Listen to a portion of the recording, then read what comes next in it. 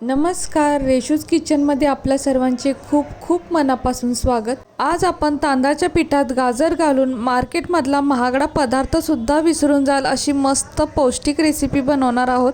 चला तर रेसिपीला सुरुवात करूया। तर त्यासाठी इथे एक भांडं घ्यायचं व यामध्ये आता 1 वाटी दूध व 1 वाटी पाणी घालायचं, तसेच पाऊण चमचा साखर सुद्धा घालायची। आता याला उकळी आणण्यासाठी हे भांडं आपण गॅसवर ठेवूयात। आता तोपर्यंत आपण दुसरी तयारी करूया। तर आता इथे दुसरं भांडं घ्यायचं व यामध्ये आता 2 वाटी तांदळाचं पीठ घालायचं। त्यानंतर चवीपुरते म्हणजे छोटा अर्धा चमचा मीठ घालायचं। आता इकडे या मिश्रणाला सुद्धा उकळी आलेली आहे।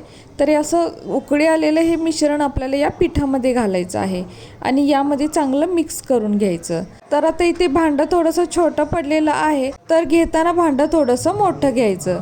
तर इथे मी 2 वाटी तांदळाच्या पिठासाठी 1 वाटी दूध व 1 वाटी पाणी वापरलेलं आहे। आपल्याला हवं तर 2 वाटी पाणी किंवा 2 वाटी दूध वापरू शकतो। तर आता हे मिश्रण यामध्ये चांगलं मिक्स झालेलं आहे। तर असंच गरमागरम असताना यावरती एक झाकण ठेवायचं व एक 10 ते 15 मिनिटासाठी असंच बाजूला ठेवून द्यायचं।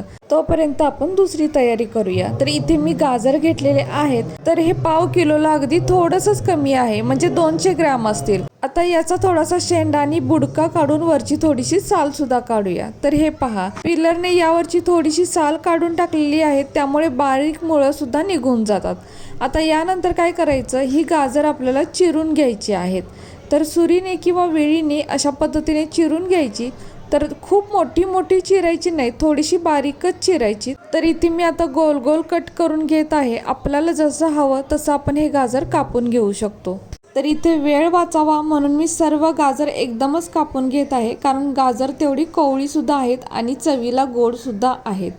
तर आता हे पहा, अशा पद्धतीने गाजर मी सर्व कापून घेतलेले आहेत। आता ही गाजर कवळी आहेत आणि गोड आहेत, त्यामुळे याचा मधला भाग मी काढलेला नाही। जर गाजर खूप मोठं असेल तर यातला मधला भाग काढून टाक, कारण तो पौष्टिक नसतो व चवीला सुद्धा नसतो। पण आता ही गाजर खूप गोड आहेत आणि याचा मधला भाग पहा, ऑरेंज दिसतो, पांढरट नाही। आता यानंतर इथे एक मिक्सरचं भांडं घ्यायचं व यामध्ये आता ही चिरून म्हणजेच कापून ठेवलेली गाजर घालूयात। तर हे गाजर मिक्सरलाच लावायचं होतं, म्हणूनच म्हटलं होतं गाजर कसंही चिरलं म्हणजे कापलं तरीही चालेल, पण खूप जाड नाही कापायचं, नाहीतर हे मिक्सरला जड जातं। आता यावरती टोपण ठेवून हे आपण मिक्सरला फिरवून घेऊयात। तर इथे आपण मिक्सरला फिरवून घेतलेलं आहे आणि बघू शकताय गाजर बारीक किसल्यासारखं झालेलं आहे। तर गाजर असं मिक्सरला बारीक करण्यासाठी मिक्सर चालू बंद करत हे बारीक करायचं आहे। मिक्सर एकसारखा फिरवला तर ते खूपच भुगा होऊन जातो, पण आपल्याला असं बारीक करून घ्यायचं आहे। आता यानंतर गॅसवर एक कढई ठेवायची व यामध्ये आता 1 चमचाभर तूप घालायचं। तूप थोडे गरम झाले की यामध्ये थोडेसे ड्रायफ्रूटचे तुकडे घालायचे। तर मी इथे काजूचे तुकडे घातलेले आहेत। आपण आपल्या आवडीप्रमाणे कोणतेही ड्रायफ्रुट्स वापरू शकतो किंवा नाही घातले तरीही चालेल। तर काजूचा हलका कलर बदलेपर्यंत काजू यामध्ये रोस्ट केलेले आहेत। आता यानंतर 1 चमचा खसखस घालायची। तर खसखस ही पटकन भाजली जाते, किंवा खसखस सुद्धा नाही घातली तरीही चालेल, पण थोडेसे ड्रायफ्रूटचे तुकडे व खसखस घातली तर खूपच छान लागतं।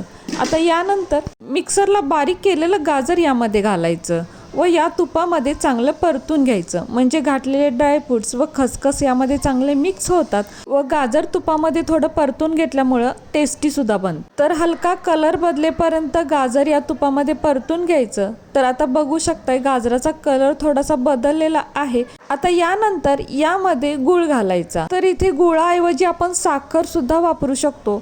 आता गूळ आपण या गाजरामध्ये चांगला मिक्स करून घेऊयात। तर आता हे प्रमाण कसं घ्यायचं, तर आता इथे गाजर हे 2 वाटी आहे। आता 2 वाटी तांदळाचं पीठ सुद्धा होतं, तर 2 वाटी हे गाजर सुद्धा आहे। आता यासाठी मी 1 वाटी गूळ वापरलेला आहे। तर गूळ मी चिरून घेतलेला आहे, याऐवजी आपण गूळ पावडर सुद्धा वापरू शकतो। तर 2 वाटी गाजरासाठी 1 वाटी गूळ अगदी हे योग्य प्रमाण आहे। पण गाजर कमी गोड किंवा गोड यावर पण कधी कधी अवलंबून असतं, तर तुम्ही शक्यतो इथे 1.5 वाटी गूळ वापरावा। त्यापेक्षा जास्त वापरला तर ते खूपच गोड होईल। आता जसं जसं हे मिश्रण गरम होईल तसं गूळ यामध्ये पातळ होईल व याला पाणी सुटेल। तर आता हे पहा, सुरुवातीपेक्षा हे मिश्रण पातळ म्हणजेच थोडं सैल झालेलं आहे आणि याला पाणी सुद्धा सुटलेलं आहे।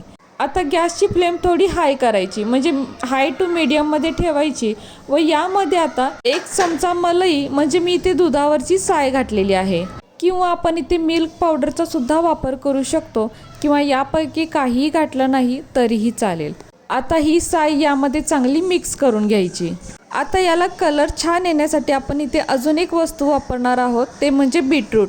तर हे मी मिक्सरला बारीक करून घेतलेलं आहे. आपण किसणीवर किसून सुद्धा बीटरूट यामध्ये घालू शकतो, किंवा बीटाचा रस जरी घातला तरीही चालेल. पण बीट वापरल्यामुळं काय होतं, एक तर रेसिपीला कलर छान येतो आणि याची पौष्टिकतासुद्धा वाढते. तर बीट यामध्ये चांगलं मिक्स करून घ्यायचं आहे, म्हणजे कलर अगदी छान येईल.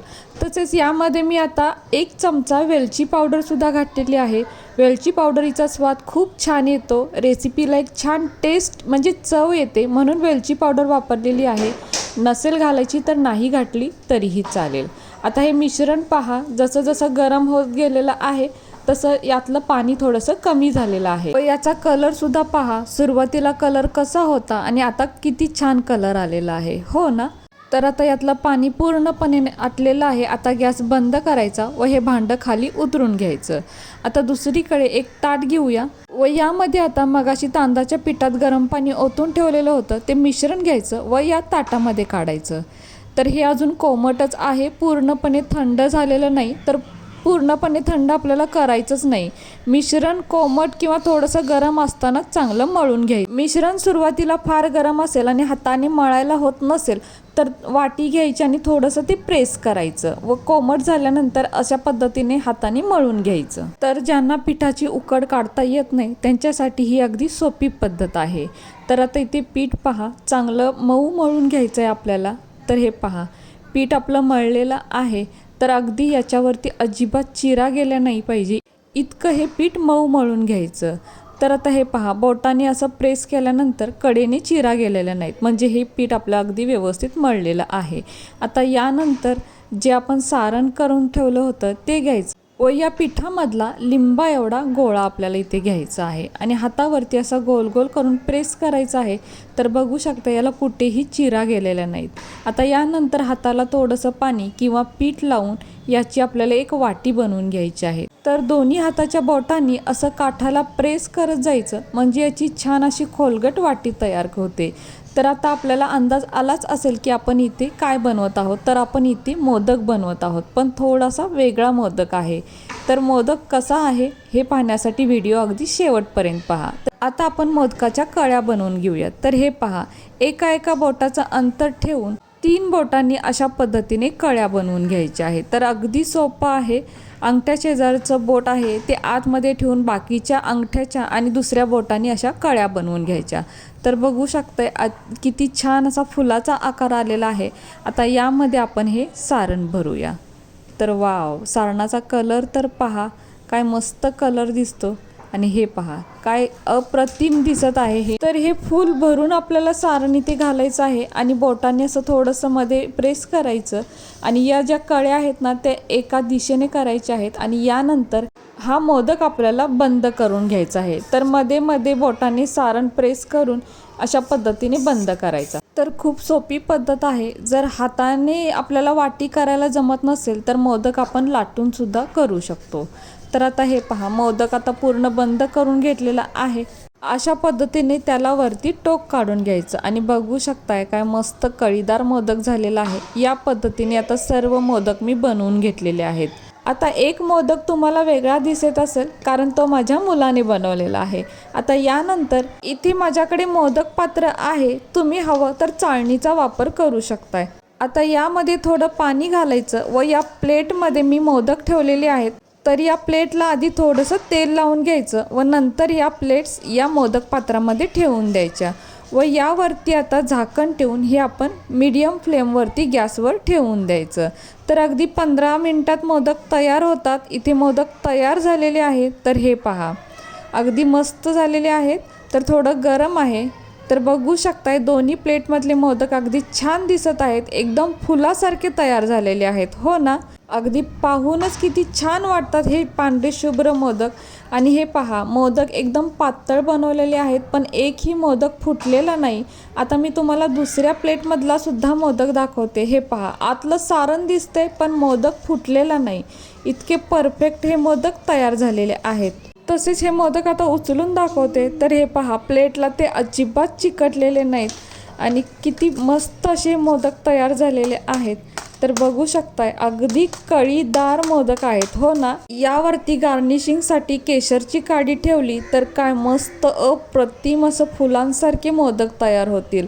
आणि अजिबात फुटलेले मोदक नाही आहेत, अगदी छानच मोदक तयार झालेत. आता यानंतर आतून हे मोदक कसे दिसतात ते पाहूया. तर एक मोदक मी प्लेटमध्ये घेते व हा मोदक आपण आता तोडून पाहूया. तर हे पहा, तोडायचं मन अजिबात होत नाही, इतका कळीदार मस्त मोदक आहे. पण वाव, हे पहा, आतून पहा काय मस्त मोदक, मऊ लुसलुशीत मोदक आहे. आता यामध्ये चमचाभर तूप घालूया आणि असाच हा मोदक आपण तोंडात टाकूया. तर आता थोडी टेस्ट करून पाहूया. वाव, काय मस्त मोदक झालाय, इतका टेस्टी ना. मी पहिल्यांदाच खाते. गाजराचा हलवा भरलेला हे सारण आणि हा मोदक, वाव, अगदी लोण्यासारखा मऊ मोदक आहे. तोंडात टाकताच विरघळेल असे मोदक तयार झालेले आहेत. सुंदर, अगदी अप्रतिम मोदक आहेत. तुम्ही एकदा नक्की करून पहा. एकदा तुम्ही असा मोदक खाल ना, दरवर्षी हा मोदक बनवाल एवढी गॅरंटी आहे. तुम्ही यापूर्वी असा मोदक पाहिलाय किंवा खाल्लाय का? मला कमेंट करून आवर्जून कळवा. गूळ खोबऱ्याच्या सारणाचा मोदक आपण नेहमीच बनवतो, पण या गाजराच्या सीझनमध्ये हा मोदक एकदा नक्की करून पहा, सर्वांना नक्कीच आवडेल. रेसिपी जर तुम्हाला आवडली असेल तर आपल्या माणसांसोबत नक्कीच शेअर करा. आणि हो, व्हिडिओ जर तुम्हाला आवडला असेल तर प्लीज आपल्या या व्हिडिओला एक लाईक नक्कीच करा. नवीन असाल तर चॅनलला सबस्क्राईब करा, सोबत बेल आयकॉन प्रेस करा, म्हणजेच मी बनवलेले असेच नवनवीन रेसिपी सर्वात आधी तुम्हाला मिळतील. आता पुन्हा भेटू अशाच एका नवीन रेसिपी सोबत.